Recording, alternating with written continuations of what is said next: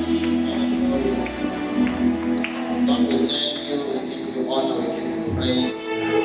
Adekonje nawe, adekonje umhlaba, egcibeleni ngentaba, kodwa uNkulunkulu bakho uyobona usibe phakathi. Athi umbhalo amaHebheru izolo, wena namhlanje, wena phakathi. We worship you, Lord. We want to give you praise this morning. Sithi wena wedwa ufanele udumo, wena odalile amazulu nomhlaba, waselela umhlaba ngesimulo yakho. Ubantu babonje nawe, ubantu babobalinganiswa nawe. Wena uNkulunkulu ovula indlela olwandle, wena uNkulunkulu okhipha amanzi edwaleni, wena uNkulunkulu okhothanelwa izizwe zonke. Bayede Nkosi yenkazimulo, bayede Nkosi egcwele, bayede sonini nanini, bayede somhlekazi wezulu. Kezwakala ukho bakho ekuseni, uNkulunkulu namandla onke kule ndawo. Baba wethu ogcwele, sinikeza udumo, sikhangekho onje nawe, akekho ungafaniswa nawe, akekho ungasondezwa kuwe. Wena uJehova igama lakho, wena uyindoda embi, wena uyasibophelela, usilokhu sibhekile, usilokhu silele, usilokhu sazi, usilokhu nalapho singasikhola. Sithi bayethe uNkulunkulu ngasimulo epheleleyo, ekuseni idwala lethu.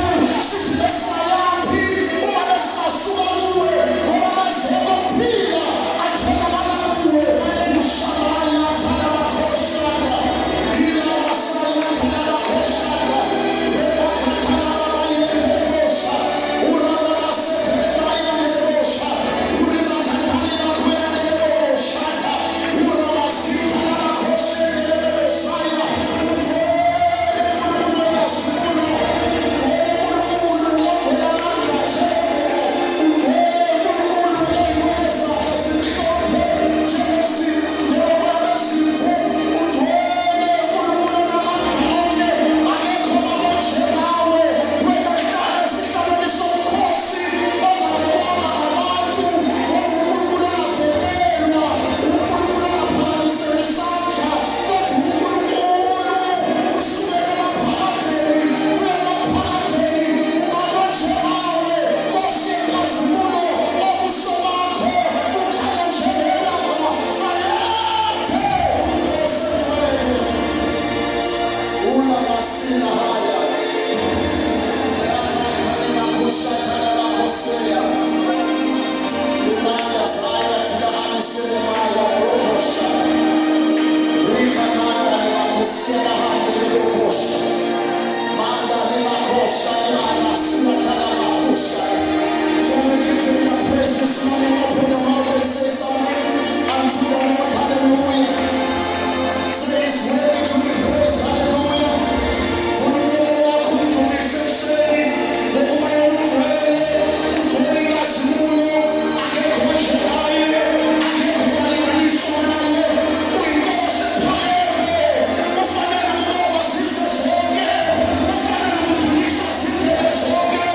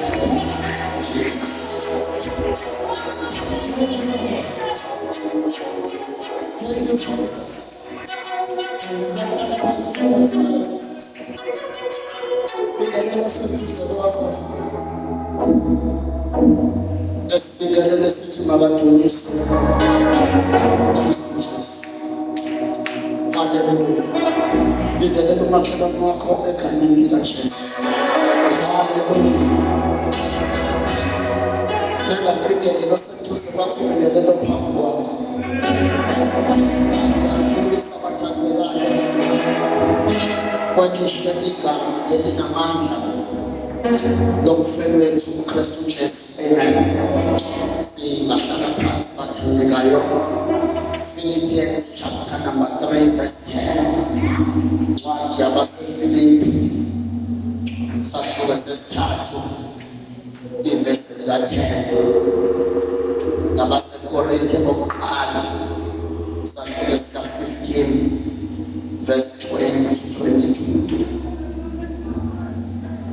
Philippians chapter 3 verse 10. Ophethe lesizulu uzongifundela leli labasekorinte ngizoyifundela. That I may know him and the power of his resurrection and the fellowship of his sufferings, becoming confirmed unto his death. Yes. Ukuze Ngimazi Yena namandla okuvuka kwakhe nokuhlanganyela ezinhlokweni zakhe ngimfuze ngokufa kwakhe. Oh Lord, ngimfuze ngokufa kwakhe. Kepha lo Kristu uvusiwe kwabafileyo engulimo lwabaleleyo, ngokuba lokhu ukufa kweza ngomuntu, ukuvuka kwabafileyo nakho kweza ngomuntu, ngokuba njengalokho u-Adam bonke bayafa, ngokunjalo futhi bonke ngoKristu bayaphiliswa.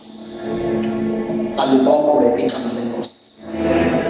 Romans chapter number 8 verse 11. Ncwadi yabaseRoma isahluko sika-8 ivesi lika-11. Uma-ke umoya waloyo owavusa uJesu kwabafileyo ehlala kini, angeliphinde. Uma-ke umoya waloyo owavusa uJesu kwabafileyo ehlala kini, yena owavusa uKristu Jesu kwabafileyo uyaphilisa nemizimba yenu efayo ngaye umoya wakhe ohlala kini.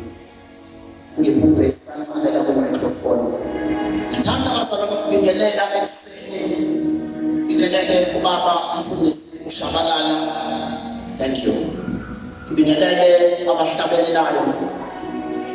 Ngibingelele Ray of volume. Ngibingelele dlala insimbi. Ngibingelele omama bonke insizwa intombi. Kwelihlele namandla igama lomfelo wethu uKristu Jesu. Asike sonke sithi amen. Asike sonke sithi amen. Ngale msuzwana nje emfishane bazalwane ehlanganeleni kwethu ngivumeleni sisangena esidweni senkosi esiyisi ikaNkulunkulu elithi iBhayibheli lona lingukuphila lona liphefumulelwe nguye uqobo. Ngidlulise amazwi esibingelelo avela kumama sekhaya nakubazalwane emagatsheni onke aseBETHEL nasemlungulu yaseMlazi. Bathi angidlulisa amazwi ukuthi bayamthanda kakhulu. Alibonge igama lenkosi. Sasilangazelela sifisa ukuthi siyobe sindawonye ngephasika. Naku-ke iy'nkukula ziphazamisa kwabanye, abanye-ke baphazamisa ukuvila. Kodwa siyambonga uNkulunkulu ukuthi laba lihle iphasika. Yize abaningi bakwaMashu sabaswela babengekho. Amen.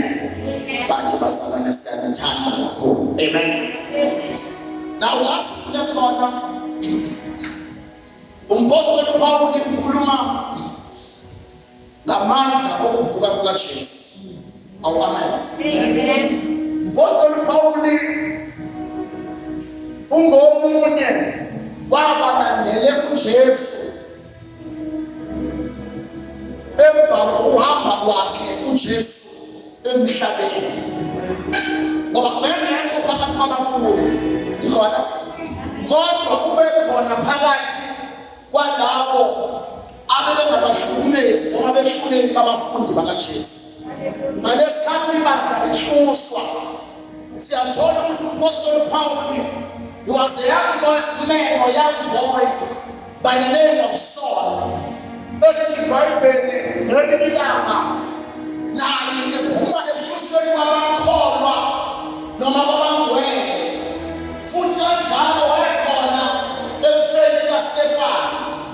Manje iBhayibheli kwathi uma uStefani ezokhandwa ngamatshe wahlubula izibuko zakhe ayembethe, zathatha zabekwa enyaweni kaSawuli. Ngalesikhathi bemshaya ngamatshe umpostoli Stefani, lithi iBhayibheli wamemeza ngezwi elikhulu lithi wathi, I see the heavens open. Ngiyabona amazulu evuleka, ngiyambona futhi uNkulunkulu ehlezi esihlalweni sakhe sobukhosi. Now uSawuli usuka lapho uhamba uhambo oludlula ngasendaweni ethiwa iseDamaseko. Lithi iBhayibheli wathi esendaweni yaseDamaseko kwezwakala inhloko enkulu esuka emazulwini, washawa ukubazima kwezulu lightning. Uma ebona ukubalisa kwezulu kwanamandla ehlela phezu kwakhe, wavaleka amehlo kwangabe sabona. Lithi iBhayibheli kwasikhuluma izwi elithi, Sawuli, Sawuli, ungihluphelani na? Eqeda ukuyahlupha noma eqeda ukuba inhlanganyelo kunye nabo kade behlupha amakholwa.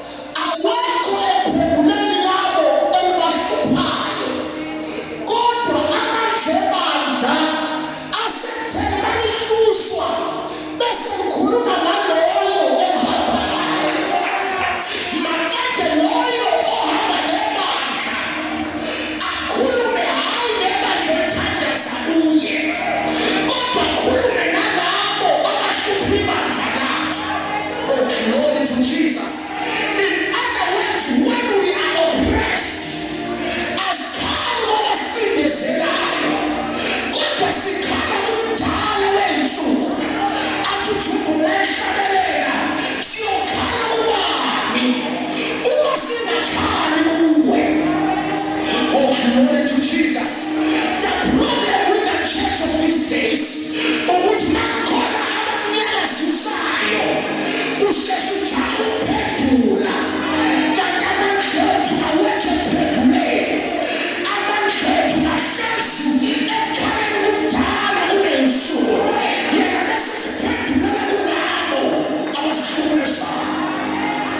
Oh, glory to Jesus. Mosumzana lethu ngicela lithi ngoba akusekho right.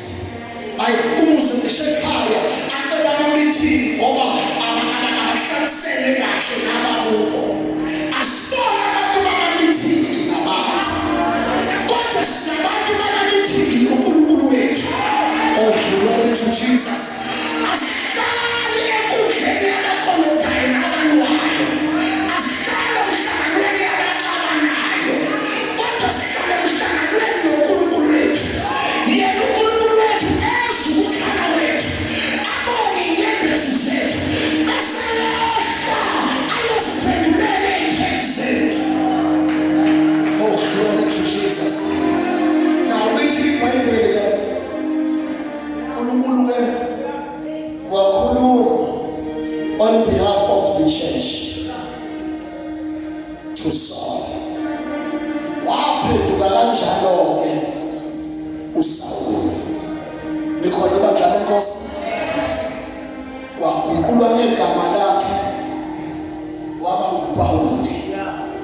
Uselobe-ke manje elobela ibandla laseFilipi. Uthi kuyona yonke into engifisa ukuyazi, ngiyafuna umazi yena uJesu namandla okuvuka kwakhe. Oh, glory to Jesus. Ngoba unamandla avalele ukuvukeni kwakhe ethuneni. Alibonge igama lenkosi. Mathathu amandla abebusa ngesikhathi uPawuli ashumayela ngaso la. Amandla okuqala amandla esono. Ngoba kunabantu abaphila bebanjwa amandla esono. Umuntu abanjwa amandla esono akenzi lokho okuthandwa ingqondo yakhe. Kodwa wenza lokhu okuyintando yamandla ambambileyo.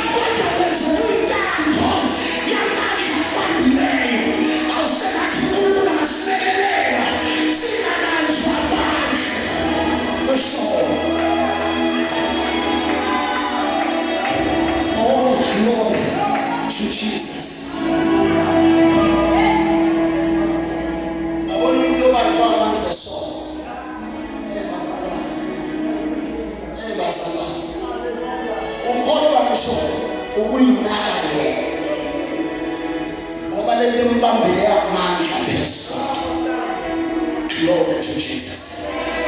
Angashinga nencane endlini ngoLwesihlanu azayibona leso ukuthi banjwa abantu bayerepha benzani abuye ngqondweni yakhe ngoba lokho akwenzayo akusiko kwentando yakhe kodwa kuyintando yamandla ambambileyo. Awukubheka umakhelwane wakho uthi makhelwane namhlanje kube usuku lakusuke namhlanje esono kodwa sibambelele amandla esiphambano sibambelele amandla ofuka kaJesu alibonga igama lenkosi.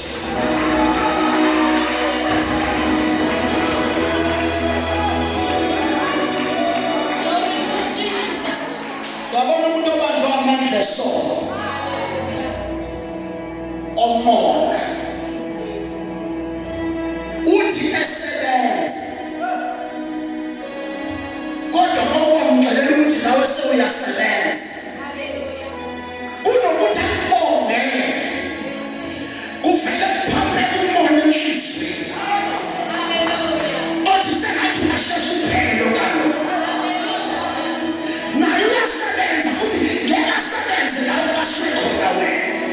But ngokubanjwa amandla omona ukuzihambe ekubanda athi hlasibe ugozele nalomsebenzi hlasibe khona ajola naye yingakho sekasuka sebenzi nale promotion mhlawumbe uthole ngokuthi usekhonile emsebenzini kodwa usekhona ukuthi nawe uyasebenza ngoba akushoyo nakwenzayo kuphuswa amandla amusaphakathi.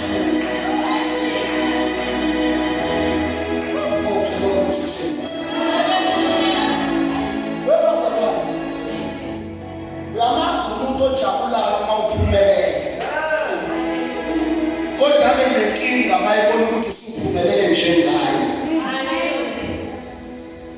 Nikhona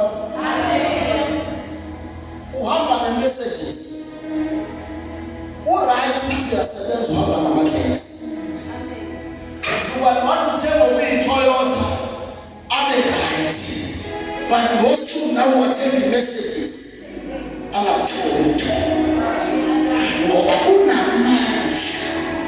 Hey my God, le moto oyithengayo awuyithengi ngemali yakhe awuyithengi ngokusizwa uye kodwa ngoba kunamandla ambambileyo agule guliswa impumelelo yakho ngoba akazenzi wenziwa amandla ambambileyo. Oh, glory to Jesus. May God deliver us from the powers of sin. Umuntu obanjwa amandla esono akenzi okuyintando yakhe kodwa wenza okuyintando yesono esimbambileyo. Ayikhona kodwa noma ungavala iminyango ewusize 42 egcwele ngomzimba ncama nokuphuma ngebhekla mesendodeni ukuthi liyamkhweba nokuthi uzofika awe akanamsebenzi ngoba lokho akwenzayo akusiko kwentando yakhe kodwa udrayivwa amandla ambambileyo. Oh, glory to Jesus.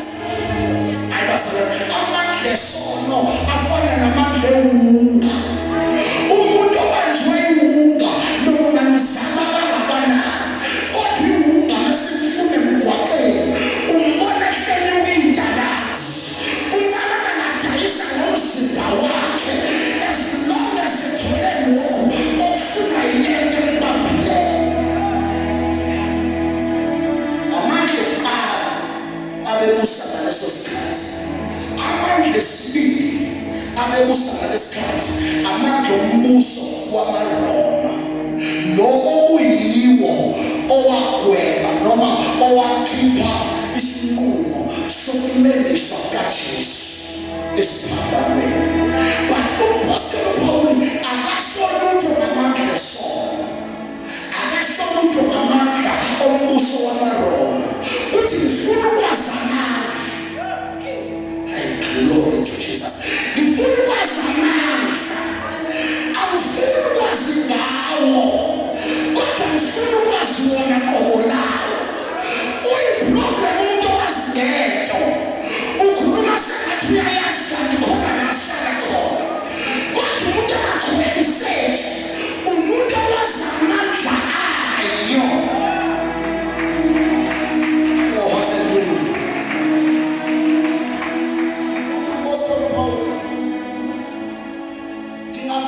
Ukuvuka kwakhe kodwa lokho kuyobe kungukwazi ngakho but ngifuna ukwazi wona ayibazalana silungiselele kunomuntu okakhulume nawe sengathi uyakwazi kanti waxoxelwa ngawe athi mayixoxa yazi umuntu waxoxelwa ngawe ukhuluma sengathi wazi yonke into ngawe. Nikhona athi akhuleka mina Ngimazi ngenxa yokuthi nje wahlala naye i-hour lalodwa uselandisa abantu bazothi uyakwazi kanti wazi ngawe wena qobo lakhe lakwazi. Amen. Kodwa loyo okwaziyo noma ngakhuluma into ephambene nawe umuzwe phakathi yelake. Because I know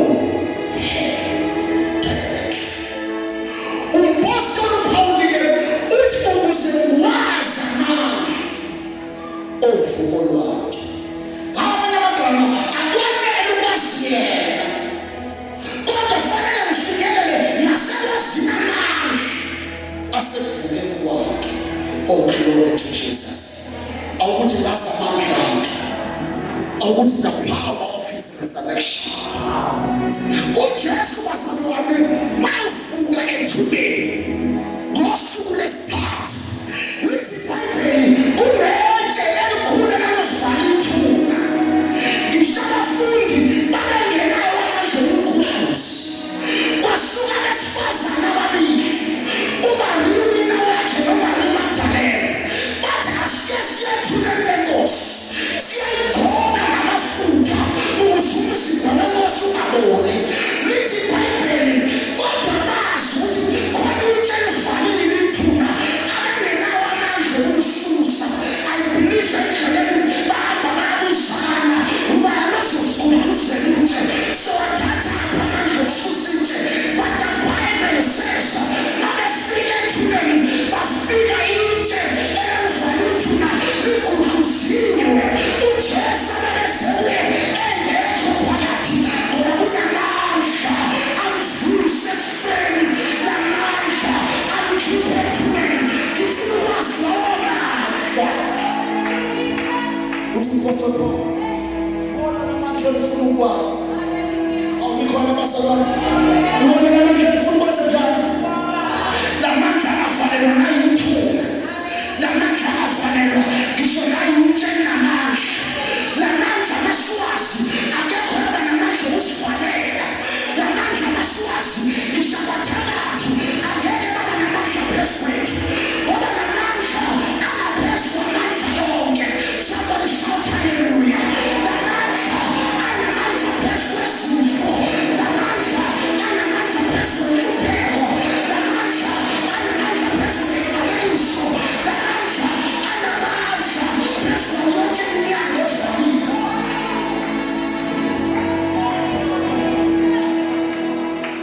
Awubheka umakhelwane la mandla okuvuka anamandla phezu kwesifo.